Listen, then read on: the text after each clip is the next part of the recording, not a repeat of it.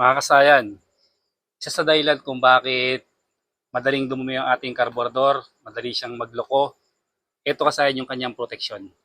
Ito siya. Yung kanyang proteksyon na tube, air cleaner tube. Kaya ito kasayan, di ba, pag tinanggal tong tube natin, yung mga maliliit na air cleaner, yung mga replacement, mabilis dumumi yung ating carb. Hindi katulad dito na kahit ilang taon yung carb natin malinis pa rin basta maayos lang yung pagkakalagay. Ang tutorial natin kasayan kung paano natin palambutin yung gantong tumigas na. Oh, hawakan mo to. Higain mo. Ayan siya kasayan ha. Tumigas na siya kung paano natin palambutin kasi mahihirapan na tayong ipasok yung ating carb. Kasi kasayan tumigas na siya. Para yung carb natin mapanatili natin yung linis niya. Ito yung pinagpalitan natin kasayan kung mapapansin nyo malinis siya oh. Malinis pa rin kasi nga wala siyang singaw. Hindi sumisingaw hindi siya mapapasukan ng tubig, hindi siya mapapasukan ng alikabok. Ito yung loob natin. Oh. Kahit napakatagal na hanggang sa pinalitan na natin, malinis pa rin. Oh. Malinis pa rin yung pinakabibig niya. Ito siya kasi, yung nagpapagawa pa ako ng motor, hindi nila maipasok to. Hindi nila maipasok. Nagpalit ako ng XRM 110 na carb. Hindi nila maipasok. Ngayon kasayan, ang ginawa nila doon, ginupit nila to. Ginupit dito, saka diyan, hindi pa rin pumasok. Ginupit dito, tsaka dito, 4 na gupit, saka palang pumasok kasi na siya, naibubuka na siya. Ngayon kasayan, ito yung solusyon. Ito yung solusyon natin na pwede nyo gamitin. Yung pwede natin gamitin kasi meron tayo sa ating meron sa ating motor. Pwede tayo magpatulo, halimbawa, o may extra tayong gas. Ganito lang yung gagawin natin. Yung siya kasayan ganito lang yung gagawin natin. Ibababad lang natin yan ng 15 to 30 minutes sa ating gasolina. Ayan, ganyan lang siya. Bababad lang natin yan 15 to 30 minutes bago siya lumambot. Yan siya, ito yung diskarte para maipasok natin siya ng maayos dito. Kasi kung hindi pa kagad siya mapapalambot, parang pa rin, kahit pwersahin mo pa yan.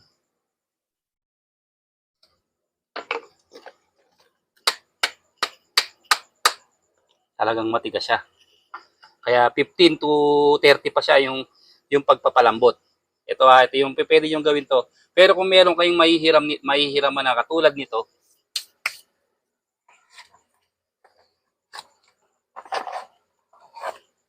ito yung mas madali. Ayan, ang ating, kung meron kayong mahihiraman na heat gun, yan ang madali. Napakadali lang niya. O kaya kung talagang nagdi-DIY ka, marami kang paggagamitan ito. Marami kang paggagamitan ng heat gun. Sak muna natin. Siya kasayan na. Kasi ito, kaya ito yung na-tutorial ko kasi tumigas na siya. Tumigas na rin siya. Mahirapang ipasok yung carb. Kahit saktong-sakto yung carb, pareha sila, hindi siya makapasok. Yung kasayan, pigain mo to kung malambot o matigas.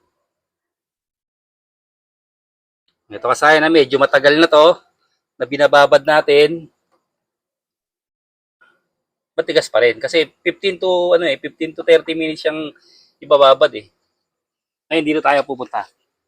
Tutukan mo to. Ito, ipapasok muna natin to. Ito. O kaya mamaya papalambutin muna natin. Siya kasayan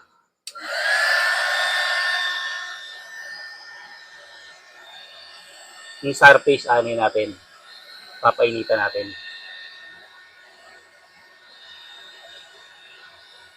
Yung 15 to 30 minutes na may gasolina dito, mapapasin nyo, tuloy-tuloy lang tayo.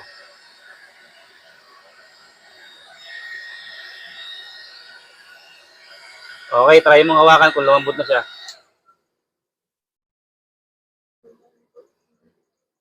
Okay, kung gusto pa natin dagdagan ng lambot, sa pakonti pa. Ito kasayan, pag lumambot na to at hindi nyo kagad siya nilagay, mamaya titigas din kagad siya. Kaya kailangan paglambot niya, ilalagay na rin. Kung mapapasin niyo siya, pag piniga natin ngayon, walang kapwersa-pwersa, wala tayong kapwersa-pwersa. Lumambot na agad. Ito, nakababad pa tayo dito. Silin mo. Matigas pa rin. Pero dito, ayan na, lumambot na siya. O, ngayon, itatry na natin kung pwede na siya. Pag kulang, palambutin pa natin.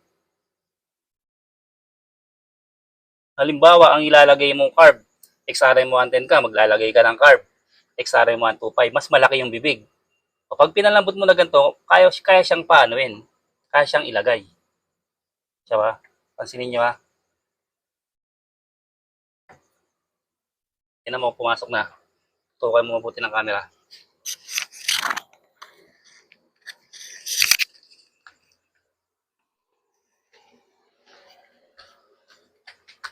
Tapos sa kabila.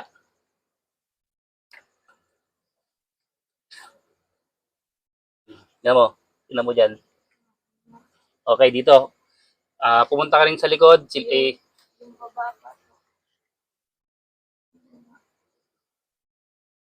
Ayan. Tapos pumunta ka rin sa likod para makita nila. Kahit sa mga pantrang motor kasayan, nakikita ko yan, mga nakalabas yung mga carb. Pag dinadala sa atin, nakalabas yung ano nila.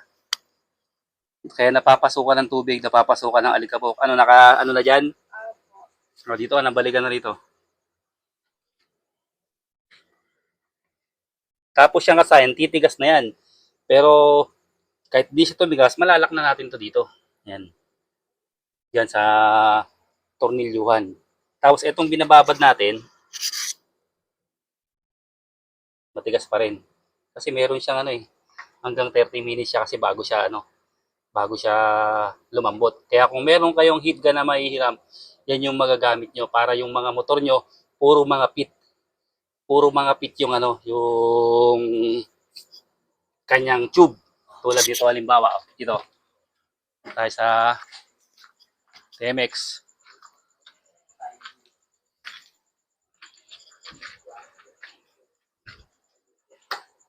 (2016)